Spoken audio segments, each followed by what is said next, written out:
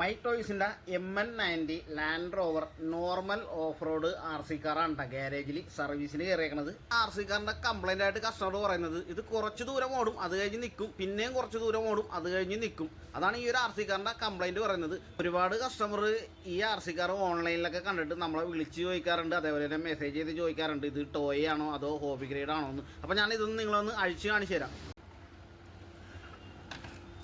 ഇതാണ് ഈ ഒരു RC കാറിൻ്റെ ഉൾഭാഗം വരുന്നത്. അപ്പോൾ ഇത് ടോയ് ഗ്രേഡിൽ പെടുത്തണോ അതോ ഹോബി ഗ്രേഡിൽ പെടുത്തണോ എന്ന് നിങ്ങൾ നോക്കിയിട്ട് നിങ്ങളുടെ അഭിപ്രായം നിങ്ങൾ കമൻറ്റ് ബോക്സിൽ അറിയിക്കുക.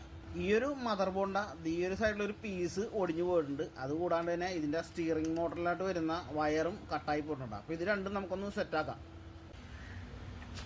ഇതാണപ്പോൾ ഇതിൻ്റെ സ്റ്റിയറിങ്ങിൻ്റെ വർക്കിംഗ് കണ്ടീഷൻ. വണ്ടി റെഡി ആയിട്ടുണ്ട്. അപ്പോൾ നമുക്കൊന്ന് ടെസ്റ്റ് ഡ്രൈവ് ചെയ്ത് നോക്കാം എങ്ങനെയുണ്ടെന്ന്.